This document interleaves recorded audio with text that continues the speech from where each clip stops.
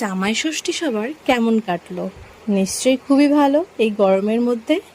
তো hello everyone, আজকে চলে আসলাম জামাই ষষ্ঠীর একটা মিনি ব্লগ নিয়ে।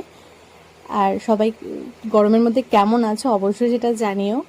এই যে আমাদের আজ জামাই ষষ্ঠীর নিয়ম আছে, তো ষষ্ঠী পুজো কী কী করতে হয়, তো আমার মাও চলে এসছে যে ষষ্ঠী পুজো দেওয়ার জন্য।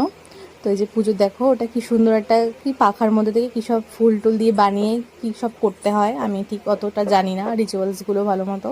তো পুজো দিয়ে চলে এসছে, তারপরে যে আমি আর আমার হাজব্যান্ড বসে পড়েছি, আমাদেরকে এবার আশীর্বাদ করা হচ্ছে। আর ওই পাখা দিয়ে যেগুলো সব পুজো দিয়ে নিয়ে এসছে, তো ওগুলো দিয়েই কি জল দিতে হয়, তারপর আরও সব হাওয়া টাওয়া দিতে হয় পাখা দিয়ে।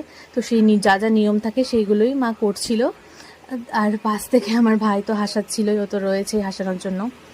তো এই যে সেই নিয়মগুলো সব করছে, পাখা দিয়ে কী সব করতে হয় এগুলো হচ্ছে মানে আমাদের এই বাড়ির নিয়ম।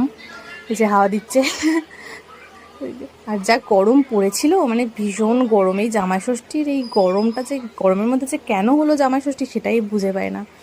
এই যে যাই হোক, এই রিচুয়ালসগুলো হয়ে গেছিলো। তারপর এই দই মিষ্টি ফল আম টাম সব কেটে দিয়েছিলো জামাইকে খাওয়ার জন্য। তো সেগুলো খাওয়া দাওয়ার পর সকালের ব্রেকফাস্টে ছিল হচ্ছে লুচি, সাদা আলুর তরকারি আর মিষ্টি। সেগুলো খাওয়ার পর এই যে তারপর দিয়ে দিয়েছিল দুপুরের সব আয়োজন। দেখো কত কিছু জামাইকে সাজিয়ে দিয়েছিল খেতে।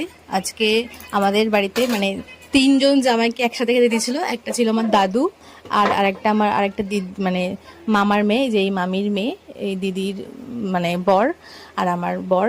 তো এই 3জনের জামাই ষষ্ঠী দিয়েছিল একসাথে, বেশ মজা হয়েছিল। আর এই যে এই মামি রান্না করেছিল সব, আর এই মামি সাজিয়ে দিয়েছিল, সেগুলো নিয়ে সব হাসাহাসি হচ্ছিল।